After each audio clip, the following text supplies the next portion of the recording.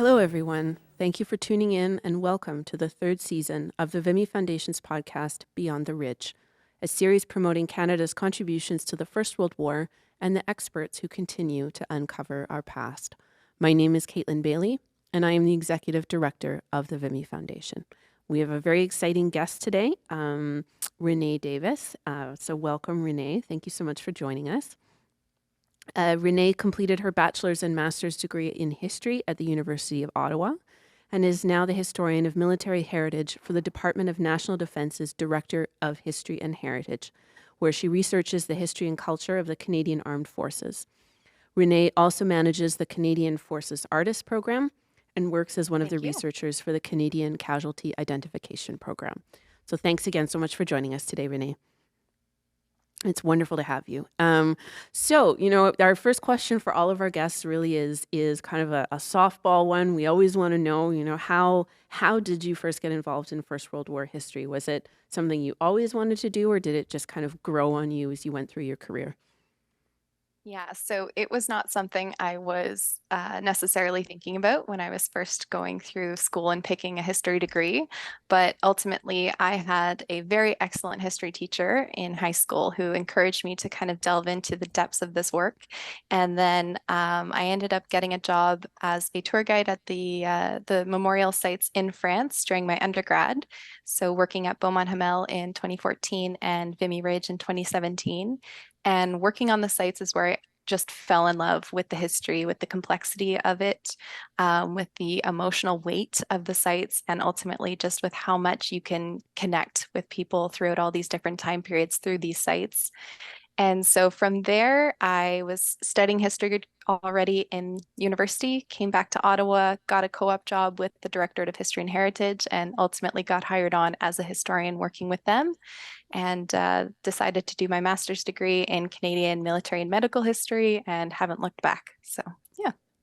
Wonderful. Well, I think the point that you made just earlier about the emotional weight of the sites, I think is really something that not people when they think about military history, I think they kind of forget that really what it is like it's very human. It's there is certainly the battlefield and the tactical and strategic part of military history, but one of the things I know for me that always drew me into it as well was that extremely human element of it. It's emotionally very heavy work, and it's the sort of thing that touches a lot of people in a way that perhaps other forms of history might not.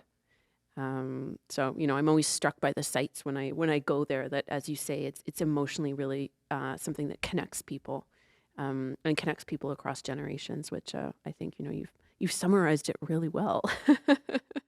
Thank you. Yeah, I agree. One of my favorite parts was walking through all the cemeteries and even just reading the epitaphs, and you can feel that emotional weight. And then when you're able to speak with the visitors, or even when I go nowadays and I'm not a guide and I still like to talk with people about it and point them out. And you can see there's, when it's something simple like Love Mom shows that weight and that humanity, that it doesn't matter what time period, it still holds true today. So Absolutely, yeah. It connects across time periods in many ways, which I think is really interesting. You've clearly drunk the Kool-Aid and summed it all up in a way that I think a lot of us in the field would be able to connect to. When people are like, "Why do you do this very strange thing?" This is, for many of us, partially why we do it. absolutely. So we're here to talk to you today specifically. I mean, you wear a lot of hats, but we're here to talk to you today about the Canadian Forces Artist Program. So can you tell us a little bit about the program as it is today? It is a very old program. It's got very strong ties to the First World War. So we'd be interested, I think, in knowing, what is the program today and where did it start? Yeah, so the program today in its current iteration has been around since June 6th of 2001. And basically, the modern program works where we have an advisory committee that is comprised of members of the National Gallery, Canada Council, the War Museum, and Library and Archives Canada. And they are the ones who review applicants every other year. We work on a biannual cycle. Hmm. And we get civilian artists that apply from across Canada, from all backgrounds, Anglophones and Francophones. And ultimately, the role of the program is to provide access for these civilian artists to the military, whether it's Army, Air Force, Navy. And it's really the intention of the program to just be that access point. And my role specifically is to kind of forge the connections between the artists that are selected to participate in the groups and the military units themselves, do all the Hmm. travel arrangements, and then ultimately they go on a deployment of about 7 to 10 days where they have a fully immersive experience as much as absolutely possible and as much as safety allows, Hmm. where they are living, sleeping, eating with the troops. They are going through training, they're wearing the uniforms, they're doing everything that they can to participate. And during that process, they're documenting, they're sketching, they're taking photographs, they're recording conversations with service members or interviews. They are doing whatever they need to do to be able to then come home after the deployment and produce their pieces.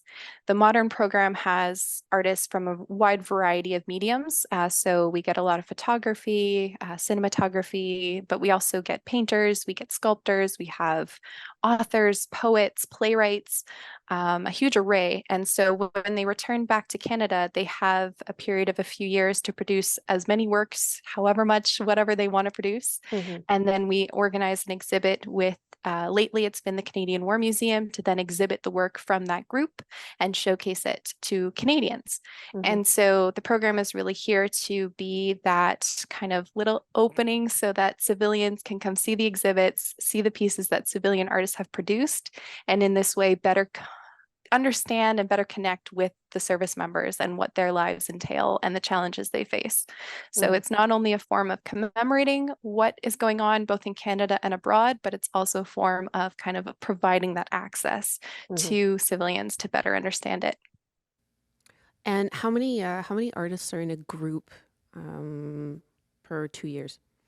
It varies drastically. Hmm. The original group in 2001, so now group one, that was kind of the trial. There was only a handful of them. Group two, because of the popularity and of group one, had I think 20 something participate, almost 30. Hmm. Nowadays, we work with about 5 to 6 artists per group. The numbers do vary. And with the pandemic moving forward, we're really not sure what it's Hmm. going to be like. But usually we aim to have about 5 professional artists participate. But we get a tremendous number of applicants, and ultimately it's up to the selection committee to decide who will participate and how many will participate each year. In total, so far, though, I believe there's been about 76 artists participating in the program since 2001. Hmm. So the program, from 2001 has existed for how many is that? How many years is that now? I'm bad at math. Um, that's what, coming up on 20 years? After, no, 23 years. Yeah. Something like that. 22, 23 years. There you go. 22, 23. Yeah. Never ask the arts grads to do math ever. It's not what we can do. Um, but the original version of the Forces Artists program dates back to the First World War. So can you give us a little bit of a synopsis on kind of the genesis of the program, why it was founded, and what it was meant to do? Yeah, so the original program was actually called the Canadian War Memorial Fund, and it was Hmm. founded by Max Adkin, so Lord Beaverbrook. And it was part of the Canadian War Records Office, which was basically created as a means of documenting the actions in real time that were taking place during the First World War. And this came out of the battles that were taking place in 1915 when all of the photography and cinematography kind of depicting these big actions were all reconstructions. And ultimately, Beaverbrook felt that that just wasn't really documenting for the benefit of historians to come, but also really doing justice to those who are serving on the ground and suffering. Hmm. And so he felt it would be better to have artists commissioned into the forces to serve as close to the front as possible and on the home front to document as much as possible in real time. So he encouraged the artists that participated. There was about 120 of them from all around the world, not just Canadians, but they participated. They got as close as they could to the action, some of which were in very dangerous spots, but they were encouraged to sketch as much as they could, to take photographs and to film, and to then, when they were able to, return to their studios in London or elsewhere and produce these pieces.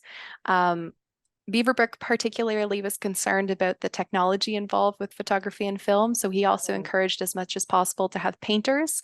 So they would take their sketches, come back home, and then create these big oil on canvas paintings to have in perpetuity in case the technology in the film failed. So we get these beautiful pieces that are created. There's over 1,000 pieces that ultimately gets produced from this program. And following the war, they are exhibited throughout the 1920s and 1930s. They travel, they're in London, they're in Toronto, New York, and it really bolsters the interest as well as the kind of professionalism behind specifically Canadian war artists. These were professionals commissioned in the military, getting paid to do this work, and it helped to really give some oomph behind their names moving forward in their careers. So we get a few members of, say, Canada's famous Group of Seven that ultimately were war artists, part of this program, that then went on to do obviously great works of art. And at the same time, all the pieces that were produced during the war, because the program formally ended in 1919, were then held in the Gallery of Canada and then ultimately transferred to the Canadian War Museum. So we still have the collection today. It's still being viewed by the public, and it's still used to help commemorate and document the actions of the First World War. Since the First World War, there has been a few different iterations of the program. So we do have a Second World War program that was called the Canadian War Art Program. It started in 1943, so not quite at the beginning of the Second World War, but ultimately this is a program that was created by the National Defense in order to continue documenting, just similar to the First World War, but this was for members serving in the forces. So you have these service members that were able to produce art and photography and whatnot. Ultimately, there are 32 artists that participate. They are deployed all around the world, and it's similarly, they're commemorating these major actions, these major events that took place. Alex Colville is one of those, correct? Yes, Who yes. enlisted and then was moved into the artist program during the war, and of course, kind of got made a huge name for himself for his work that he did in that time, and then continued on to be a very, very well-known Canadian artist. A lot of big names actually in a lot of these programs. So we have, Lawrence Harris, Charles Comfort, and a big one for female artists is Molly Lamb Bobak. Yes. I mean, a very, very famous artist that participated. So absolutely. Yeah. After that, there's a few other iterations of the program. 1968 to 1995, we have the Canadian Armed Forces Civilian Artist Program. So this is again through National Defense, basically this resurgence. Unfortunately, we didn't have a Korean War program, but this came in around, around Vietnam. Too bad. It is. It's kind of a shame. Yeah. But we have people, who go to Vietnam, the Middle East, around Europe, throughout the Atlantic and Pacific. And these were civilian artists specifically that were brought in to document and to produce this artwork and working alongside the military. So it's kind of similar to today's program, but having that civilian artist aspect was what differed from, say, the Second World War program. Ultimately, it was ended in 1995 because of major funding cuts. But in 2001, we got this resurgence of interest and of funding, and we have the modern program that gets created on the 6th of June. And that I'm assuming has some ties to the war in Afghanistan. Is that correct? Or just before? Is it just before? It's just before, and actually all this planning had gone into to creating the program in the late 90s and early 2000s. They had been talking about it for quite a while, and it just so happened that on the 6th of June is when it was launched in 2001. However, with the war in Afghanistan, there was this kind of immediate opportunity to send artists from Group 1 to Afghanistan. And so we do have 3 artists that go. They are very much at the forefront of the conflict. And so it just kind of worked out that way.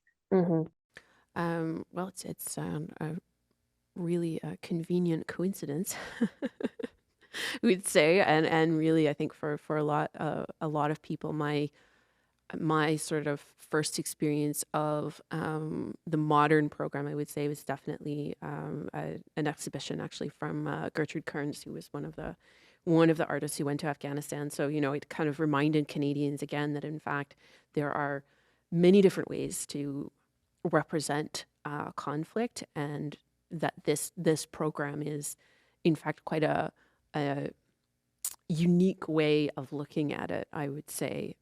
Is there anything like that in any of the other what we'll call sort of NATO or allied forces? Are we Yeah, well? so there's a lot of nations that have war art programs or war artist programs. Hmm. One of the biggest ones is the Americans, but Hmm. every program does it very differently. It's Hmm. it's quite interesting. In particular, because the United States and their services is so large, each service has its own program. So there's Oh, something like okay. five Yeah. or six war artist programs for them. Hmm. The British War Artist Program is also quite big and very well known. However, within all that, Canada is particularly known for its focus on contemporary art and also for let's say it's independence for the artists. So Hmm. for us, the program has never been, at least the modern iteration has never been, you have to produce this many pieces by Hmm. this time period and we own them. We actually work in the opposite in that the artists have control on how much they want to produce, what they ultimately produce, Hmm. what mediums they use, and what they do with their artwork after the exhibit. So I Hmm. think in that regard, though I don't believe we're entirely unique in that sense, it's very fascinating that Canada has maintained this kind of liberty for the artists to do with it what they will. And really just the program is here to exist to offer that exposure and that experience for Hmm. them. Hmm. And correct me if I'm wrong, Beaverbrook and the program under Beaverbrook was not that way. Yes, Beaverbrook's program was quite a bit more regulated. If Hmm. nothing else, he had to kind of prove to others that it was a worthwhile endeavor and that it was a Hmm. professional program. Hmm. So they did have some parameters that they had to abide by. In particular, Beaverbrook was quite a big fan of these big, kind of huge oil paintings, these kind of Mm-hmm. traditional war, massive wall-size paintings. Yes, So yeah. he did have a few that were commissioned specifically to paint that style. Hmm. And they did have parameters on, yeah, for example, where, say, some of the female artists were allowed to go versus the male artists. And Hmm. there was just a little, well, quite a bit more, let's say, rules than we Hmm. have nowadays. Hmm. So we've touched on this a little bit already, but we're talking about, how has this program changed since the inception? You've touched already on the freedom that artists have now to keep their own works, to produce as much or as little as they want. Um, are you still primarily working in painting and portrait mediums, or is that also shifted? It has shifted more recently. Certainly, Hmm. the emphasis for a long time on the program has been on painting. Hmm. Oil painting was always the preferred medium for a long, long time.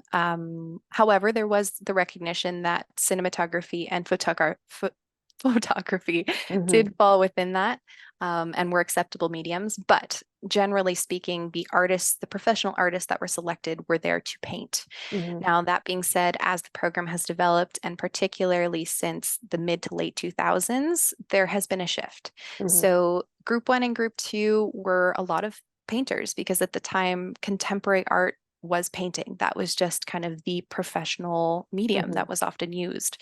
Versus now, we're seeing this broadening of what Hmm. is considered professional art and what people actually are wanting to work with. Hmm. And so we have had all these huge arrays of different types of art that's ultimately been produced through the experience with the program. As I mentioned earlier, yeah, just we have poets, we have authors, we have playwrights, we have dancers, we have sculptors, we have videography, people who have kind of clipped together bits and pieces of their experience. We have photography to this day. That's actually quite not common, but I guess lots of people really enjoy the photography that comes out of the program. Hmm. We have music that's been produced, and we now have a digital artist that's trying Hmm. to figure out how he's going to express his experience. So I think, yeah, even things that weren't necessarily seen as fine art in the past, like cartoons, are now being part of the program and being recognized for the value they add. So Hmm.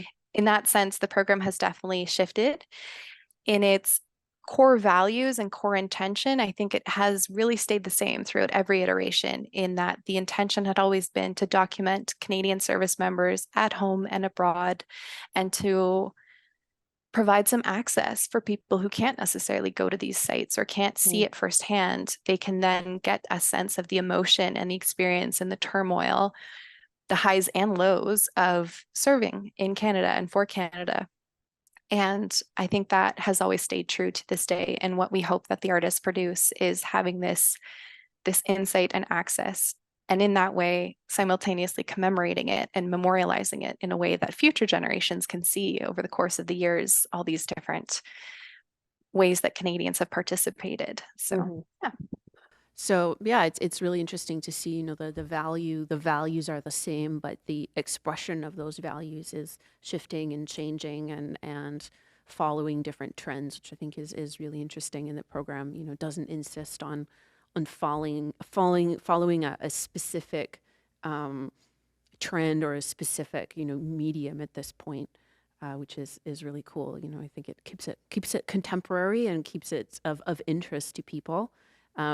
And I suppose too, as we know, portraiture and painting is kind of fallen out of, I guess what you'd call, contemporary art at this point. It's less and less used.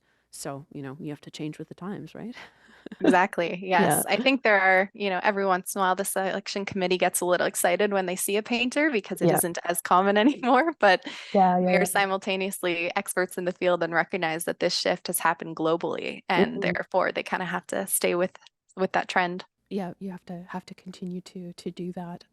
So you mentioned that there is a reopening and a new intake of artists. So do you want to talk about that a little bit? I know you have your application period is open right now. Is that correct? Yes. So we have the call to artists out right now for group 11. So those will be artists that participate from 2024 to 2025. Hmm. And so the call to artists is available on our website. If you Google Canadian Forces Artist Program, you'll see our application. And it's a fairly simple application. We just ask that you think a little bit about what you're hoping to gain from the Hmm. experience, which units you'd be interested in, which services, and why. Hmm. And then we ask that you include a resume and some of the pieces, because the selection committee does have a tendency to prefer professional artists or people who have showcased their pieces in some capacity, as Hmm. opposed to, say students maybe. But Hmm. that's not to say that we're not also open to that as well. The selection committee is broadening in all different senses of what it's accepting, particularly because this is now marking the relaunch of the program since the pandemic. Hmm. And so, yeah, if you visit our website, the call to artists will be open and applications are being accepted until 11:59 p.m. on the 30th of November of this year. And then the group 11 applicants will be selected in January of 2024. So Hmm. very exciting. Yeah, it's super exciting news. And you also have an exhibition coming up at the Canadian War Museum for that would be Group 10 that's going to be exhibited. So we actually have it for group 9. Group Group 10 is 9. currently being deployed. So they are the ones that are traveling at the moment. We actually right now have an artist in Latvia, which is quite exciting. But Mm-hmm. yes, so the exhibit for group 9 will be opening on the 3rd of November. And that exhibit is taking place until the 17th of March. And it is at the Canadian War Museum. So there will be a little opening event the night before with the Canadian Armed Forces members and the War Museum and everyone else who participates and helps the program, Mm-hmm. the artists included. And then the exhibit will be there. We have 4 artists that are being showcased. So Jean-Pierre Aubé, Elena Bartal, Olivia Razima, and Jessica Wiebe. And so it's this great mixture of photography, videography, and sculpture primarily. And Stacy Barker and her team at the War Museum have been working so hard on getting this exhibit together, and we're very excited to have it launch. And we welcome anyone who's listening to come and see it. Super. Well, it's a very exciting time for the program then. You're getting back to business in a lot of ways. Yeah, it's really fantastic. So, our last question, we always like to ask people, that the somewhat the same thing. I think just to look at where it came from, where it's going, and what is the importance of a program like this? It's 100 years old. It's over 100 years old. Um, what is the importance of the Forces Artists program? I think there are many different ways to answer this, to be quite honest. I mean, one of the easiest ones would just be tradition. The program is 100 years old, Hmm. let's keep it going. But Absolutely. I think there's so much more complexity to it in that the value added, at least the way I see it and the way I understand it so far, is in speaking with service members, say in my office or elsewhere, and mentioning the program, you can just see how much it means to people in uniform nowadays to know that there are efforts being made to commemorate and remember what they're doing, but also in a way that's, let's say, non-traditional, but a little bit Hmm. more accessible for many people. Let's be honest, not everyone is able to pick up an official history and Hmm. understand the emotional impact or the individual impact or role that people play. But when you see a picture that depicts a service member and you can see the emotion on their faces and the area around them, you connect with them in such a meaningful way.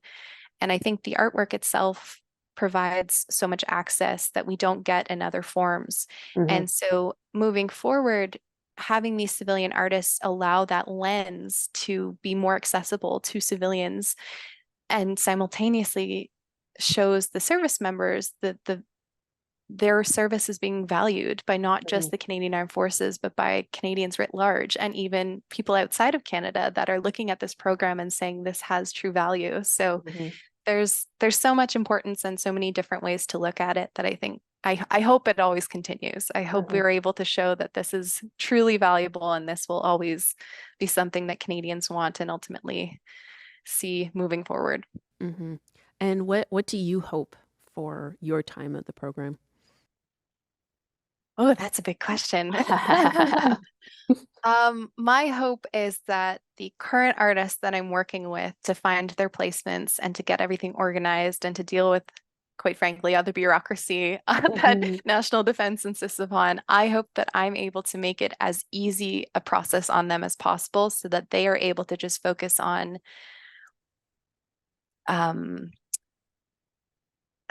gaining as much as they can while they are in the deployment, not worrying about all the other stuff that comes into play, like flights and accommodations and everything. Like, if I can Hmm. take that stress off of them and allow them to just be fully immersed in their experience with the service members and gain as much as they can from that and document, of course, as much as they can from that experience, Hmm. that's my ultimate wish, is just to make it as positive and easy as possible, knowing that there's a lot of stressors with these deployments. Hmm. There is inherent danger in some of them. There are family challenges back home. There's a lot of other things.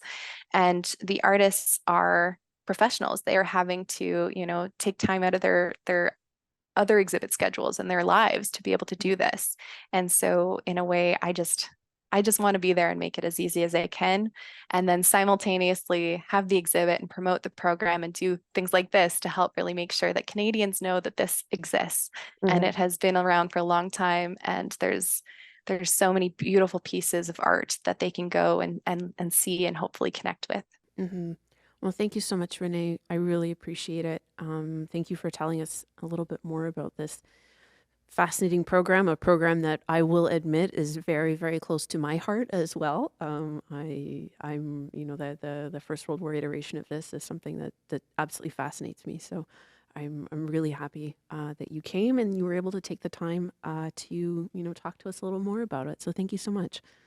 Thank you very much for taking the time and for the interest. We love it. Yeah, well, it's our pleasure. So thank you to you, Renee, and to our listeners who are tuning in and listening to the third season of Beyond the Ridge. Stay tuned as we will be covering many other topics on this season, such as colonialism, the previously untold stories of Canada's LGBTQ service people, and conflict public history.